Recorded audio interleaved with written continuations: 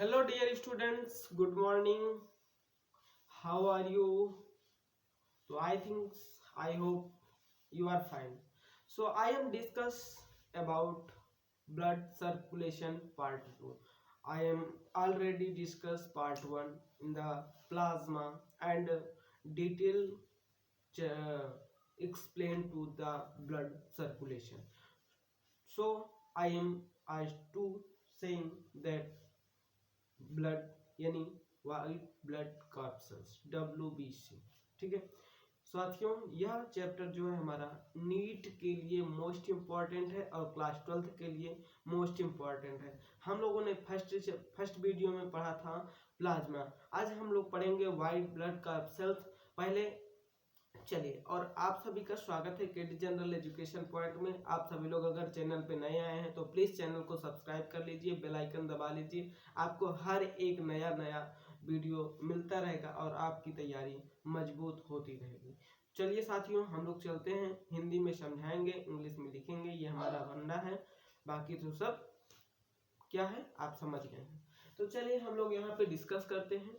आज हम लोग बात करेंगे साथियों, जो प्लाज्मा के अंदर पाए जाने वाले 3 प्रकार के प्रोटीन्स थे, उन प्रोटीन्स के बारे में आज हम लोग यहाँ पे डिस्कस करेंगे।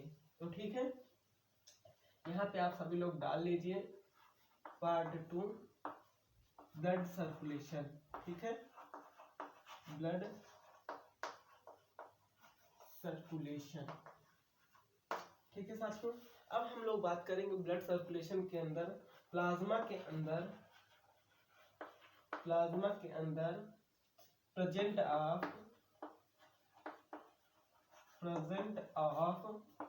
थ्री टाइप्स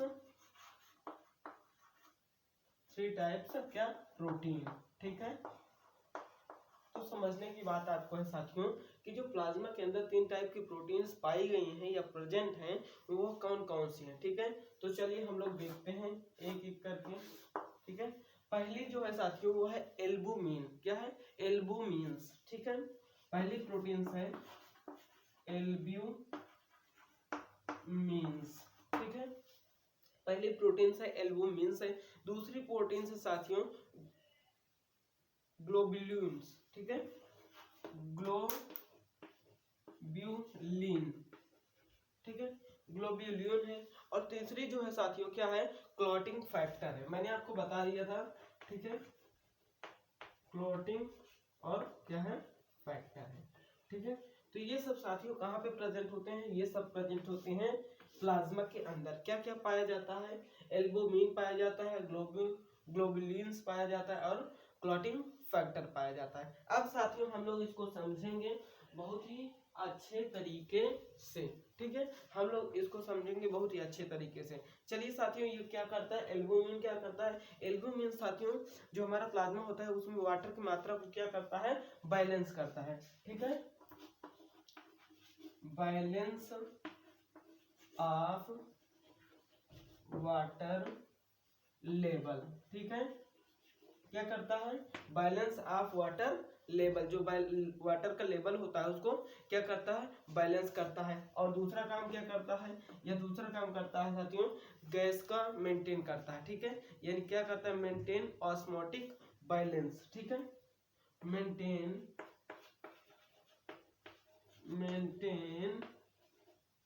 ऑस्मोटिक ठीक है, बैलेंस क्या करता है? Balance osmotic. ठीक है, मेंटेन ऑस्मोटिक बैलेंस, यानी गैसों का जो क्या है? गैसों को मेंटेन करता है। ठीक है, गैस मेंटेन। आई बात समझ में? ऑस्मोटिक को मेंटेन करता है। अब आइए हम लोग बात करते हैं ग्लोब्यूलिन्स के बारे में। ग्लोब्यूलिन्स क्या होते हैं साथियों? इसमें एक प्रकार के ग्लोब्यूल्स पाया जाता है जिसे कहते हैं हम गामा ग्लोब्यूल्स। क्या कहते हैं? ग्लोब्यूल्स। ठीक है, अब इसमें क्या पाया जाता है साथियों? इससे हमारा क्या होता है? इसको हम इसके अंदर पाया जाता है इम्यूनोग्लोब्यूल प्रोटीन्स।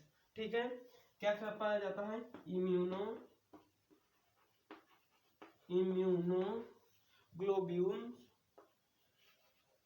ग्लोब्यूल्स। ठीक है, इम्यूनोग्लोब्यूल्स पाया जाता है। उसके बाद अगर हम बात करते हैं साथियों, इसी के अंदर एंटीबॉडीज पाई जाती हैं। ठीक है, क्या पाई जाती हैं? एंटीबॉडीज।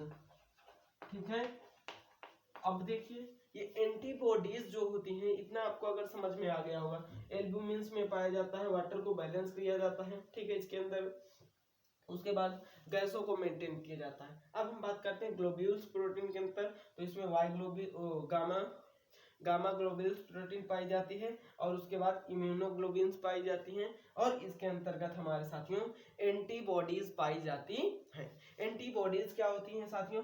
एंटीबॉडीज जो होती हैं वो डिजीज से लड़ने की क्षमता देती हैं, यानी डिफेंस अगेन डिजीज। क्या करती हैं? डिफेंस अगेन डिजीज काज करती हैं। ठीक है, तो यहाँ पे आप लिख लीजिए डिफेंस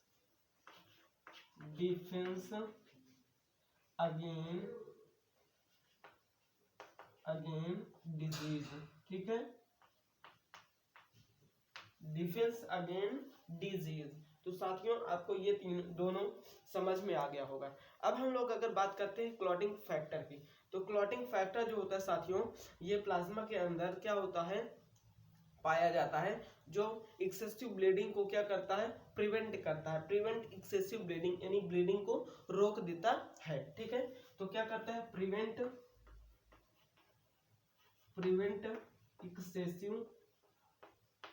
एक्सेसिव ब्लीडिंग। ठीक है, प्रिवेंट एक्सेसिव ब्लीडिंग। तो क्या है साथियों, ये आपको प्लाज्मा के अंतर्गत पढ़ना था, जो मैंने यहाँ पे आपको डिस्कस कर दिया है। ठीक है, इतनी बात क्लियर हो गई साथियों। अब चलिए हम लोग आज बात करेंगे व्हाइट ब्लड कॉर्पसेल्स, यानी सेलुलर पार्ट ऑफ ब्लड का फॉर्मेशन कैसे कैसे होता है, और इसमें कौन कौन से एलिमेंट्स पाए जाते हैं वो मैंने आपको बता दिया है। अब आइए हम लोग बात करते हैं WBC के बारे में। चलिए साथियों, अब अगर बात करें हम यहाँ पे WBC की, इसकी बात करें हम WBC। ठीक है, अगर हम यहाँ पे WBC की बात करते हैं साथियों, तो इसका जो कलर होता है ये व्हाइट कलर के होते हैं। ठीक है, ये कैसे होते हैं? व्हाइट कलर के होते हैं। आपको पता चल गया होगा, जो प्लाज्मा होता है वो क्या होता है? ये व्हाइट कलर के होते हैं। ठीक है, ये व्हाइट कलर के होते हैं। अब इसके अंतर्गत क्या पाया जाता है साथियों? इसके अंतर्गत पाया जाता है, ठीक है, क्या पाया जाता है? पार्ट ऑफ ब्रेसोफिल्स पाया जाता है, इम्यूनो सिस्टम पाया जाता है, और इसमें क्या होता है? Direct and fighting. ठीक है, डायरेक्ट ये क्या करते हैं? अटैक करते हैं किसी डिजीज पर, और उससे क्या करते हैं?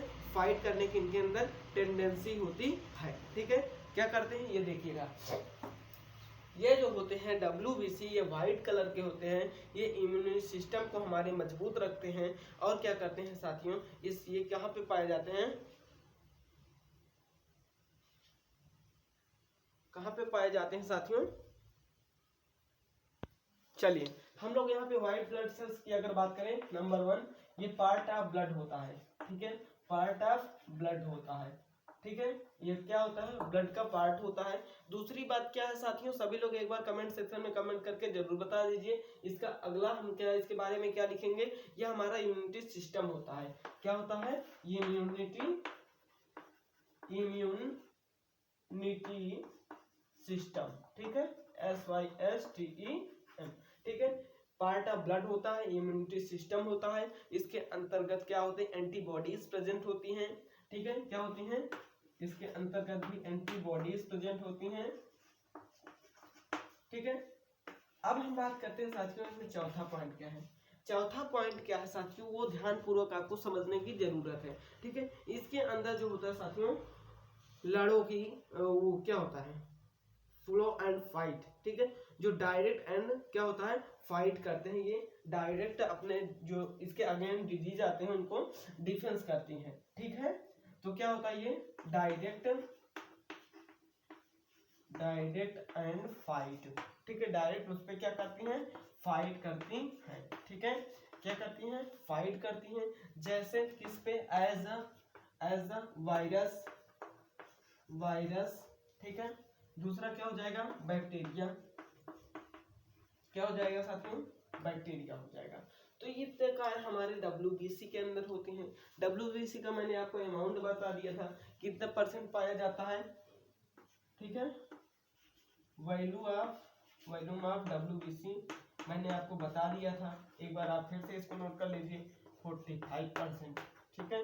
इतनी बात सभी को क्लियर हो गई साथियों, सभी को समझ में आ रहा है, ठीक है, समझ में आ रहा है। अब आइए हम लोग और इसके आगे कुछ गहन अध्ययन करते हैं WBC के बारे में। साथियों WBC के अध्ययन को क्या कहते हैं, WBC के अध्ययन को क्या कहा जाता है साथियों, क्या कहा जाता है WBC के अध्ययन को? जैसे वहां पे हम लोग बात किए थे, अभी आप लोगों ने देखा होगा, ठीक है कि नहीं, पढ़े हैं आप लोग? चलिए हम लोग इसको बात करेंगे बहुत ही अच्छे तरीके से। चलिए साथियों, इतना आपको समझ में आ गया ये पॉइंट, ठीक है। अब हम लोग बात करेंगे यहाँ पे RBC यानी रेड ब्लड कार्ड सेल्स को डिटेल में समझेंगे, इसका फॉर्मेशन कैसे होता है, इसकी अध्ययन को क्या कहते हैं, इसके फॉर्मेशन को क्या कहते हैं, इसके फॉर्मेशन कैसे होता है, तो ये सब टॉपिक पे हम अभी क्या करेंगे, डिस्कस करेंगे। तो चलिए हमारे साथ पूरा लास्ट तक बने रहिएगा, तभी आपको ये पॉइंट्स क्लियर होते चलेंगे। चलिए साथियों, अब हम लोग यहाँ पे बात करते हैं RBC की, ठीक है। RBC साथियों, जो RBC होता है इसको कहते हैं रेड ब्लड कार्प सेल्स। क्या कहते हैं? रेड ब्लड कार्प सेल्स, ठीक है। रेड ब्लड कार्पस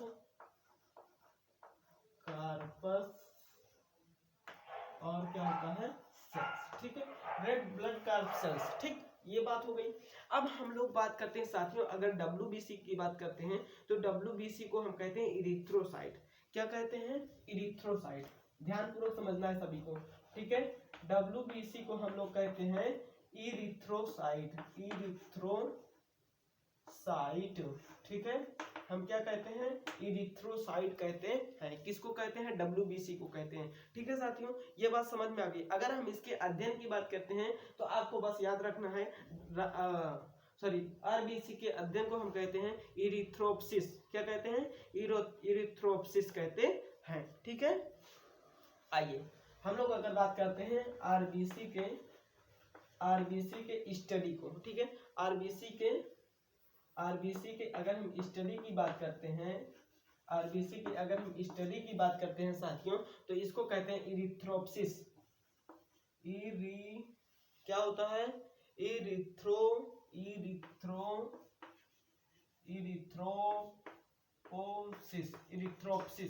ठीक है। इसके अध्ययन को हम लोग क्या कहते हैं? इरिथ्रोप्सिस कहते हैं। साथियों RBC का फॉर्मेशन कहाँ पे होता है, ये आपको ध्यान में रखना है, ठीक है। RBC का जो फॉर्मेशन होता है साथियों, वह लॉन्ग बोन मैरो में होता है, ठीक है। कहाँ पे होता है? लॉन्ग बोन मैरो, ठीक है।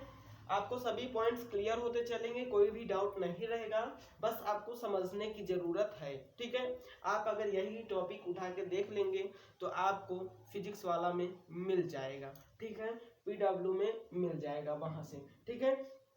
तो ये मैं अपने तरीके से पढ़ा रहा हूँ, वहाँ पे कुछ और तरीके से पढ़ाया गया है, पर आपको जो अच्छा लगे आप उसको जरूर पढ़ेंगे। और मेरी आपसे गुजारिश है कि आप सभी लोग चैनल को सब्सक्राइब कर लीजिए, जिससे मैं आपको हर एक बड़ा धमाका दिखाता रहूं। तो अब हम लोग यहाँ पे बात कर लिए हैं RBC का फॉर्मेशन। आइए साथियों हम लोग देखते हैं कैसे, how to formation of RBC कैसे होता है, ठीक है। ये क्वेश्चन आपसे पूछा जाता है, how to formation of RBC, ठीक है। How to formation of RBC। साथियों ये जानते हो कैसे होता है? यह होता है इरिथ्रोब्लास्ट। पहले हमारा एक चैम्बर होता है इरिथ्रोब्लास्ट का, ठीक है। उसके बाद ये क्या होता है, उसका जो न्यूक्लियस होता है वो छोटा हो जाता है और वो क्या होता है? रेटिकुलेट हो जाता है, रेटिकुलेट साइड में परिवर्तित हो जाता है। उसके बाद यह क्या होता है? HB बनता है, यानी हीमोग्लोबिन होता है। उसको हम अभी डिटेल में समझेंगे, ठीक है। चलिए यहाँ पे देखते हैं हम लोग, ठीक है। ये हो गया, इसका थोड़ा सा जो न्यूक्लियस है वो बड़ा है, ठीक है। चलिए इसका न्यूक्लियस जो है वो साथियों क्या है? छोटा है। अब हम लोग समझेंगे पहले इसको हम लोग कहते क्या है, इरिथ्रोब्लास्ट कहते हैं। क्या कहते हैं? इरिथ्रोब्लास्ट, इरिथ्रोब्लास्ट, ठीक है, इरिथ्रोब्लास्ट। ये कोई ब्लास्ट नहीं करेगा, ठीक है ना, बस ये एक क्या है, एक कवरिंग है, एक हमारा सेल्स है, एक हमारा पार्ट है जहां से ब्लड का फॉर्मेशन स्टार्ट होता है, ठीक है, इसको कहते हैं इरिथ्रोब्लास्ट। जब यही ब्लड आगे चल के बढ़ता है तो इसका जो न्यूक्लियस हो जाता है वो क्या हो जाता है, छोटा हो जाता है, ठीक है। और जो हीमोग्लोबिन होता है ये आपका हीमोग्लोबिन है, ठीक है, ये हीमोग्लोबिन हो गया। और न्यूक्लियस क्या हो गया, इसको क्या कहते हैं साथियों, रेक्टिकुलेट साइट कहते हैं, ठीक है, क्या कहते हैं, रेक्टिकुलेट साइट, ठीक है। इस यहां तक आने के फॉर्मेशन को क्या कहते हैं, रेक्टिकुलेट साइट कहते हैं। और क्या कहते हैं, यह जो ब्लड होता है यह इमेच्योर होता है, क्या होता है, इमेच्योर होता है, ठीक है। सभी को क्लियर हो गया साथियों, यहां से शुरू हुआ, इमेच्योर ब्लड बना जिसको हम कहते हैं रेक्टिकुलेट साइट। अब यही ब्लड आगे चल के साथियों क्या करेगा, क्या करेगा, एक सेकेंड, क्या करेगा साथियों, आरबीसी का फॉर्मेशन करेगा, ठीक है। ये हो गया हमारा आरबीसी, ठीक है, ये क्या हो गया, आरबीसी, ठीक है, रेड ब्लड का फ्रेश हो गया। और जो क्या होता है, इसके अंदर हीमोग्लोबिन प्रेजेंट होता है, एचबी, ठीक है। और यह क्या होता है, मैच्योर होता है, ठीक है, क्या होता है, मैच्योर आरबीसी होता है। तो इस तरह से साथियों ये आपका ब्लड का फॉर्मेशन होता है बोन मैरो के अंदर, ठीक है। आपने देखा होगा जो हड्डियों में, आपको मैं अगर हड्डी बना के दिखा दूं,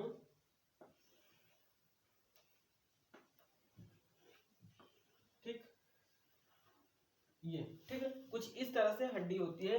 तो यहाँ पे देखते हैं आप रेड कलर का कुछ भरा होता है, तो यहाँ पे जो होता है हमारा ये वाला पोर्शन जो होता है, यहीं से ब्लड का फॉर्मेशन होता है, ठीक है। और यहाँ पे क्या होता है, वही ब्लड पूरा क्या होता है, भर जाता है, ठीक है साथियों। ये हमारा अगर बोन देख लेंगे आप, ठीक है, तो ये बोन है, यहाँ पे आपका आरबीसी का फॉर्मेशन होता है और यहाँ पे पूरा ये भरा रहता है, ठीक है।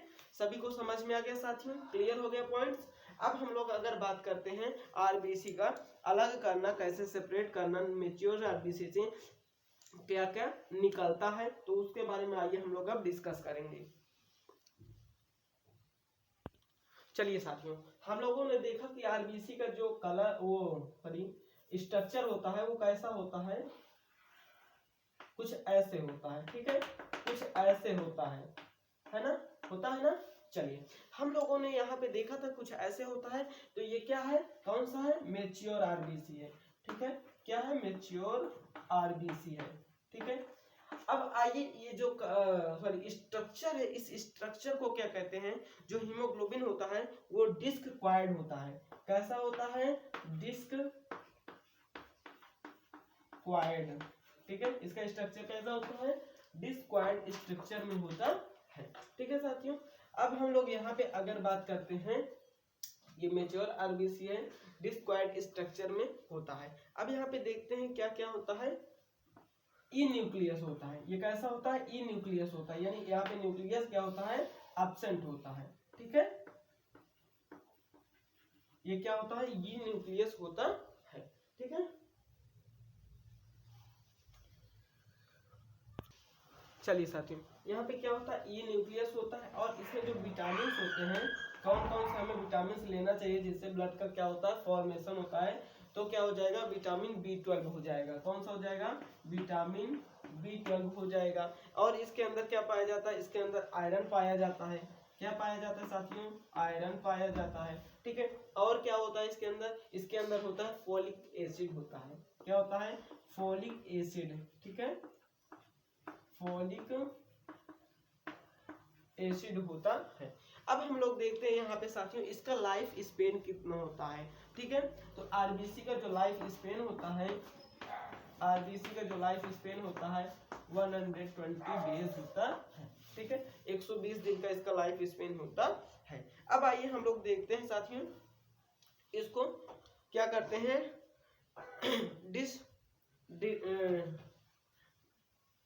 यहाँ पे हम लोग देखेंगे इसको क्या कहते हैं। चलिए, तो यहाँ पे हम लोगों ने देखा 120 दिन होता है और यह कहाँ पे बनता है, ठीक है, स्प्लीन। साथियों, ये जो होता है फॉर्मेशन इसका होता है कहाँ पे, लीवर के अंदर, ठीक है, छोटे बच्चे में लीवर के अंदर होता है, ठीक है, फीटस में, ठीक है, और ये इकट्ठा कहाँ होता है, ठीक है, तो स्प्लीन के अंदर होता है। कहाँ पे होता है, स्प्लीन के अंदर होता है, ठीक है। इसे क्या कहते हैं, कब्रिस्तान, ब्लड का क्या कहते हैं, कब्रिस्तान कहते हैं, ठीक है, कब्रिस्तान स्प्लीन को, ठीक है। ये कहाँ पे जाता है, सेल्स के माध्यम से लीवर में जाता है, ठीक है। कहाँ से, सेल्स के माध्यम से ये कहाँ पे जाता है, लीवर में जाता है। ये पर ये फीटस में इसका क्या होता है, फॉर्मेशन होता है, ठीक है, ये फॉर्मेशन होता है। समझ में आ गया साथियों। अब चलिए हम लोग बात करते हैं यहाँ पे, ठीक है, टोटल अमाउंट ऑफ आरबीसी, ठीक है, टोटल अमाउंट ऑफ आरबीसी किस में, मेल में और फीमेल में, ठीक है। मेल में कितना होता है, फीमेल में कितना होता है। मेल में साथियों कितना होता है, 5 to 5.5, ठीक है, क्या होता है इसकी जो अमाउंट होती है। और इसमें कितना होता है साथियों, 4.4 से 4.5, ठीक है। चलिए साथियों, तो यहाँ पे जो मेल का मतलब जो टोटल अमाउंट होता है वह होता है 5 से 5.5 मिलियन पर mm³ होता है, ठीक है। और यहाँ पे फीमेल में 4 से 4.5 मिलियन पर mm³ होता है। इतनी बात सभी को समझ में आ गई साथियों, क्लियर हो गया। अब चलिए हम लोग बात करते हैं, अगर ब्लड जो होता है आरबीसी की मात्रा बढ़ जाती है तो क्या प्रॉब्लम आती है, और कम हो जाती है तो क्या प्रॉब्लम आती है, उसको समझना बेहद जरूरी है, ठीक है साथियों। चलिए साथियों, अब हम लोग यहाँ पे देखेंगे एबनॉर्मल कंडीशन में, आरबीसी की एबनॉर्मल कंडीशन में क्या केस होता है, ठीक है। अगर यहाँ पे हम लोग देखते हैं इसे दो पार्ट में, अगर आरबीसी की जो मात्रा होती है अगर वो बढ़ जाती है तो क्या होता है, आरबीसी की अगर मात्रा क्या हो जाए, इंक्रीज हो जाए, ठीक है, तो क्या होगा, यदि आरबीसी की मात्रा घट जाए तो क्या होगा, ठीक है। अगर यहाँ पे देखो आरबीसी की मात्रा बढ़ जाती है तो इसे कहते हैं पॉलीसाइथीनिया, ठीक है, पॉलीसाइथीनिया कहते हैं, ठीक है, पॉलीसाइथीनिया, ठीक है। अगर यही बात इधर हो जाए, मतलब क्या कि आरबीसी की जो मात्रा है वह कम हो जाए, तो इसको कहते हैं एनीमिया कहते हैं। कौन सा रोग हो जाता है, एनीमिया, ठीक है। क्या देखो,